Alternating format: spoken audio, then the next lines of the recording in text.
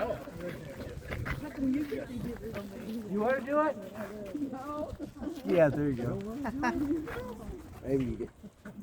Somebody read it. We need someone that can read here. Amazed at the amount of people that showed up. Well, He was my brother. I know. I know. My name is Tim. Hi, Tim. Oh, hi, Tim. Hi. I remember Tim. You I'm also Tim. Of course. Big deal. You're surrounded by Tim. Many years ago, we came to work for DOT, or he came for DNR. All of it. Forest Land and Water Management. Louder. Closer.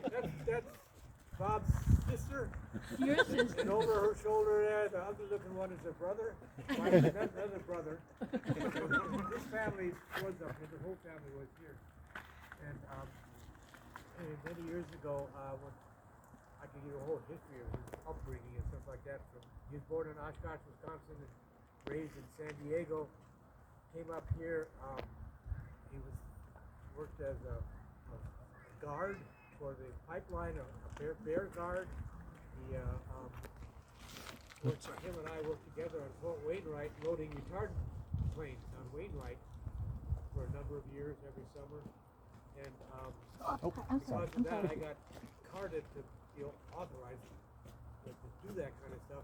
And I got a job here at Forest Land and Water Management, and they asked me to set up a retardant site at the airport. They wanted to run. They didn't want to have the feds do it. They wanted to do it themselves. So they took me out of my job, set me up. I got set up in the airport, set up a retardant site. And after about 6 weeks, they said, "You've got a job. You've got to do back at this regular job. You got to go back." And they said, "We need somebody to do this." And I said, "I know the perfect person to do this, Bob." And he was down in San Diego. And I called him, going to come up. He was on a plane right away. He never even told his friends he was leaving. He was just here. And he came up and did that over the summer, finished that up, and that got him started with the state, and which led his own talent, led him here. And he was quite proud of that he did. And I guess he did. Well, let Senator read what he did here. Senator Myers. Well, good morning. My name is Senator Rob Myers. I represent North Pole and the east side of the Fairbanks borough up here. So I'm just talking to Greg a little bit here, and we did a little bit of research in writing up the citation for Bobby. There were a couple of things that struck me about him as we were researching his life last year. One was just kind of his amazing attention to detail. The first one that stands out was the care that he put into that Land Rover. Lovely custom paint job, and he loved it so much that he had to have a second one to tow behind it. And the care that he's going to put into something like that. And then Greg was just sharing with me a little bit more about the care that he put into his music collection and the stereo equipment that he used to play it on. And then, a lot of that translated into his job as well. We were hearing stories about how much attention he put into this place. Everything from the vehicles to manicuring the grass. And the other thing that stood out to me as we were looking into his life was how it wasn't just that he was getting into the details just because that was fun to him, but it was because he cared about the people so much. He was caring about the details because he wanted to make sure that everybody could get their jobs done, that they could get them done safely, that he was standing up to make sure that all of the weight calculations and everything for the aircraft were done properly, the fuel calculations. And that is, that's the kind of person that we want working for the state. Somebody that's going to be, and especially in a job like watching a firefighter help us. There's, so many things that can go wrong, and we were just so appreciative to have Bobby running this place for so long, to get it up and running, to take care of everybody, to keeping everybody safe, to get the job done in tough conditions with limited resources sometimes. Just as a civilian, watching what has to happen with the firefighters, watching how fast they have to move, how fast they have to react.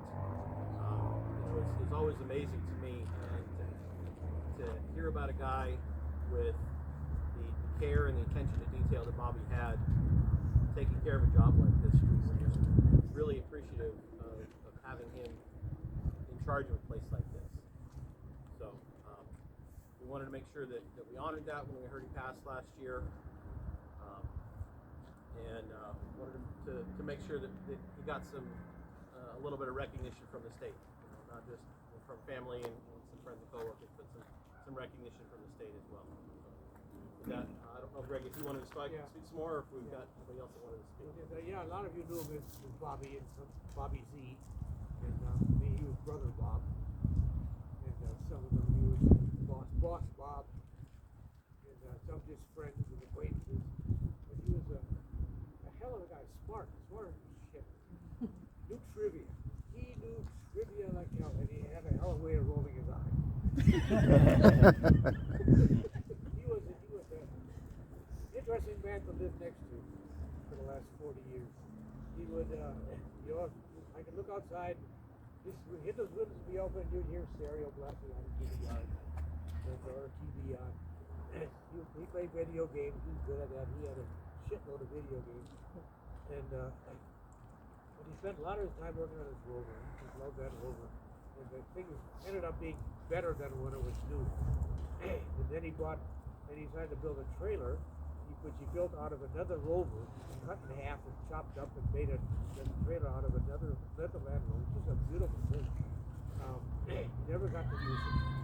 Because he had a heart attack, and not a heart attack, he had heart surgery, and they took a vein out of his leg. And because they did that, they screwed up on something, and he lost strength in his leg, and he couldn't work the clutch on the rover anymore. So it kind of shut down everything. He always thought it was work to get it back, which he never did.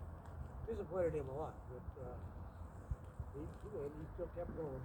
And we still have the rover, it's still for sale. Anybody a lot of stereo equipment too. I mean, he has speakers 2 feet wide and 6 feet tall. Oh my gosh. And some really nice equipment. Anyway, I wrote up some stuff here. I'm not sure how much I should do. He was Bob's first audio stuff. He worked at the high school that he was in. He was the audio visual guy for the high school. At the high school, he liked that. He got to go get out of classes a lot. He'd go to auditorium and do these things. He ran a projection booth at a local theater, small theater in San Diego. He did that too. He's been around, done a lot of it. He did back and forth to San Diego. He did loaded up to the boats in the summertime and got odd jobs and things like that. And this ended up being his life. He came up here a number of different times, but for my whole family, I came up here originally in 1967 in the Army, and for some reason I fell in love with Alaska. They could have sent me to Hawaii. I could have fallen in love with Hawaii, but no, they sent me up here. And I fell in love with this place. And now over the years, my whole family came up here, and they're still here. My parents lived up here for 10 years, and my sister still lives up here. My brother Joe lives here. Another brother Mark lives in Anchorage. And I don't know this. That's Los Angeles. The what? What did you say? Los Angeles. Oh, Los Angeles, yeah.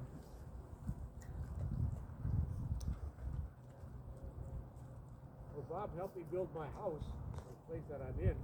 He helped me turn over the first shovelfuls of soil, and him and the family helped a lot on that building my place.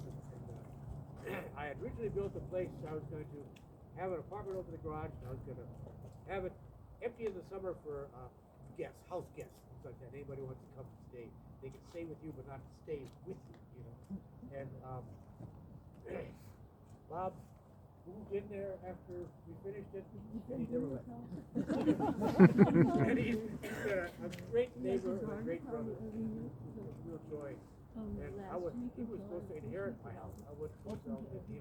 And he would have been 75. We would have turned 75. Oh, really? Oh, you were here all summer.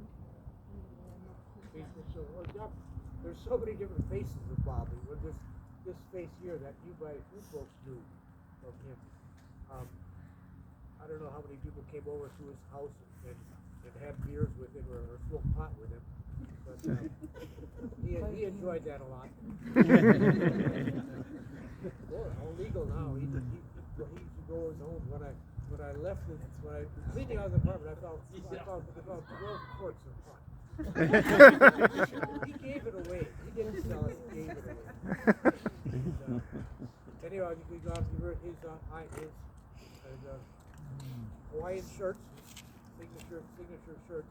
There's about 20 of them at Musher's Hall.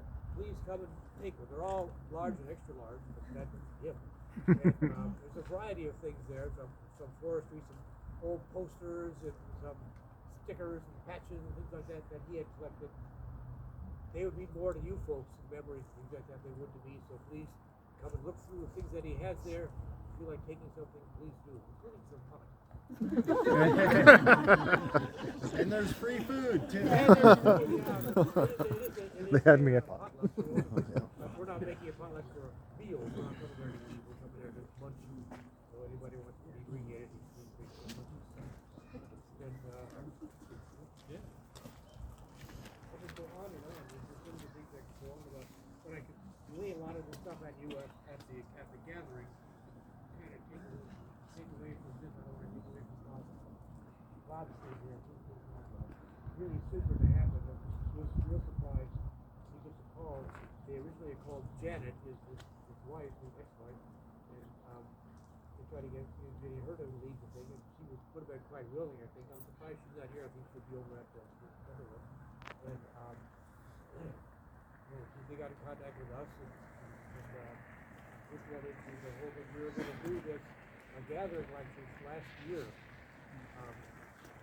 after Bob had died. We helped to have a gathering over the summertime, and that didn't work out because I ended up getting cancer over the summer, and I'm all done with the stuff now. I'm on my recovery end of it here, and so that now when this came up, it's a perfect opportunity to give a celebration of life to Bob. Put it all together. All you folks coming here, that's just. I don't know how you all knew Bob, but I didn't know this part of his life. I knew a completely different band. This is so interesting to know that he did all these wonderful things. He never talked about it. He was not a brag. I mean, even his Land Rover, the beautiful thing, he never took it to contests. He never took it to shows. He drove it. It worked.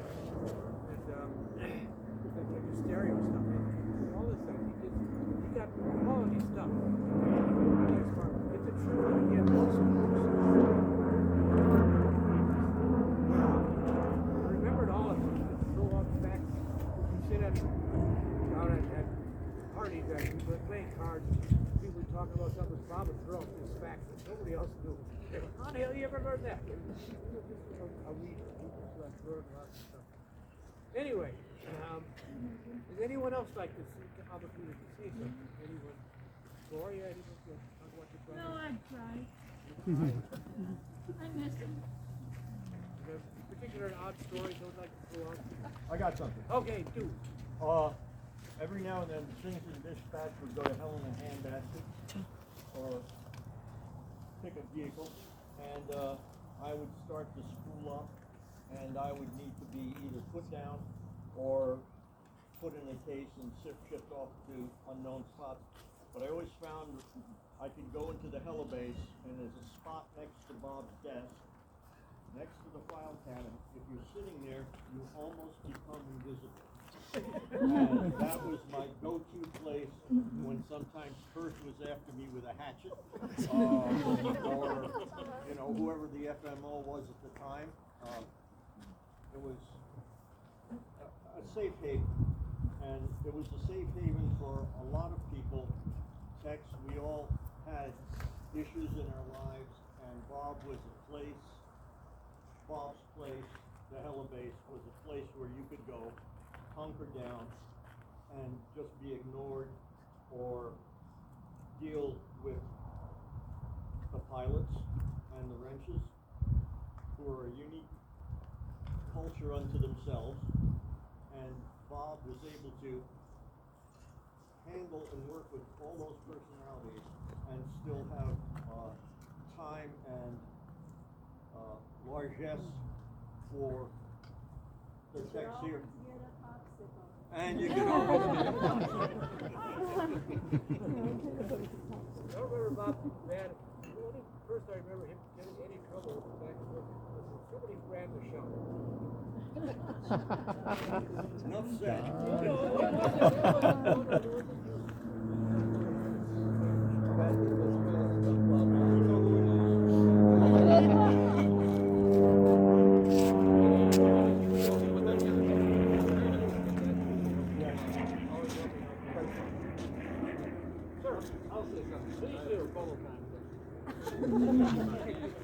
I always feel like I know Greg and Susie because if you ever called Bob, they have the same phone line. So you end up talking to either Greg or Susie before you get it.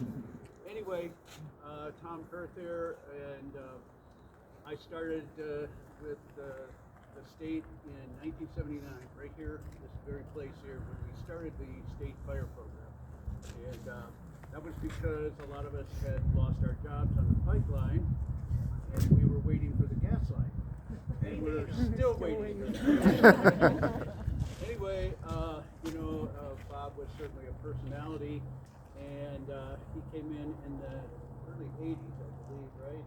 Sometime in there.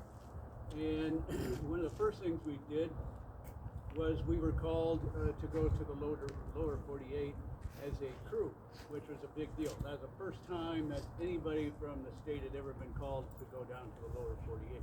So we put a crew together, all the technicians, of which Bob was one of those. And so we went down there, and one of the warehouse people, when we asked her, what do we need to take? She said, oh, they'll have everything there. So without mentioning Gail's name at all,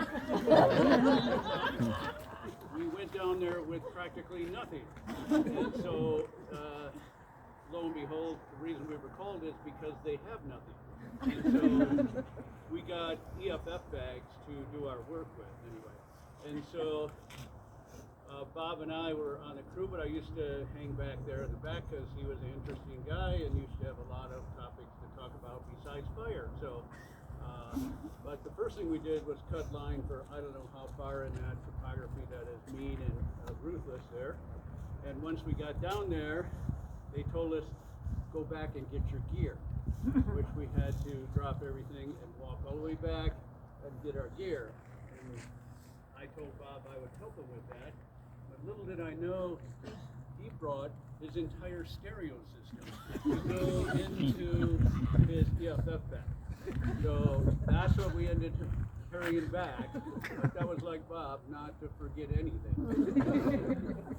But his job here, certainly, when we were first starting out, we used to borrow things from DOT. That was how we got engines. We used to borrow dump trucks, pile them full of gear, and we had all renegades that would do anything really. Partly what we hear now is we're the reason why we have policy and procedures now, because jumping out of a helicopter was not against our will. Shinnying down a spruce tree, loading whatever we needed at the time, and whatever we could do to be a fire organization. And Bob's innovation was certainly a big part of that. The one thing that he did was make our pilots comfortable. That included Lazy Boys, DirecTV, and Otter Pops. But which turned out to be, then pilots could concentrate on their job. They didn't have to worry about things other than business there. And then, as an end result, I think his safety record of our pilots and helicopters was impeccable. I believe we never had any major accidents or anything. We might have a mechanical breakdown, of which was taken care of, but Bob had all the responsibility for that. We'll wait till this jet comes over.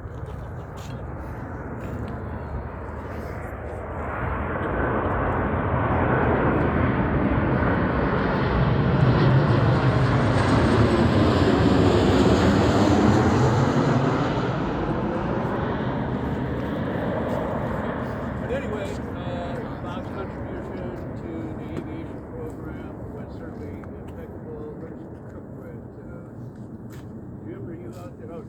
He would never admit it. Two of you working together kept our program safe, and you know, that's still, I think we have a good record with that. So I certainly miss Bob. I was able to see him when he was over at the Timber Creek here. My impression was he's going to get up and be just fine. You know? So it was certainly a shock to me when he passed on, and but we all miss him, and thank you for all showing up here. Tom, Yeah. a crew of technicians, I'm pretty sure that was 1/10 of a mile. 1/10 of a mile. And it was all done with Pulaski's too. They gave us no sauce. There's a story about him getting sent down to Arizona with a crew, and he came back. I was sent down there as a teleport manager, not as a firefighter. He came back early. So, anyway, I'm glad you all came. Really happy about that. And starting now, up until 5 o'clock, we're going to be at the Mushers Hall. So, if anyone to come and check this out or gather around together, you can continue your conversations at the Mushers Hall if you like. But I hope you all make it there, many of you can, and join in the revelry and celebrate my brother. Yeah, I was an EF firefighter for a few summers there. His brother Joe. I got to meet George Atla at the campfire there. I was up by Well, one of the pictures, we got a picture of Bob when Sarah was here. We got the picture of the group that he was taking with Sarah Palin. We got Sarah and Bob. Oh, really? Is it worth getting a group picture with everybody here? Oh, sure. I don't have Joe. Somebody, Joe. Where's Joe? Oh, Joe. Get everybody. If you want to gather up, you want to make a big group photo. I already have like 3 people. All right, all people in the back.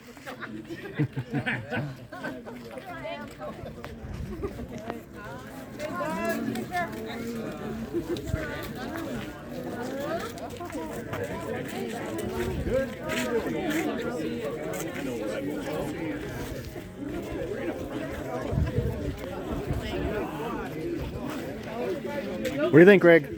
What's that? Get out on that end. Want to go out there and look over here? Shoot back. Okay. Out there.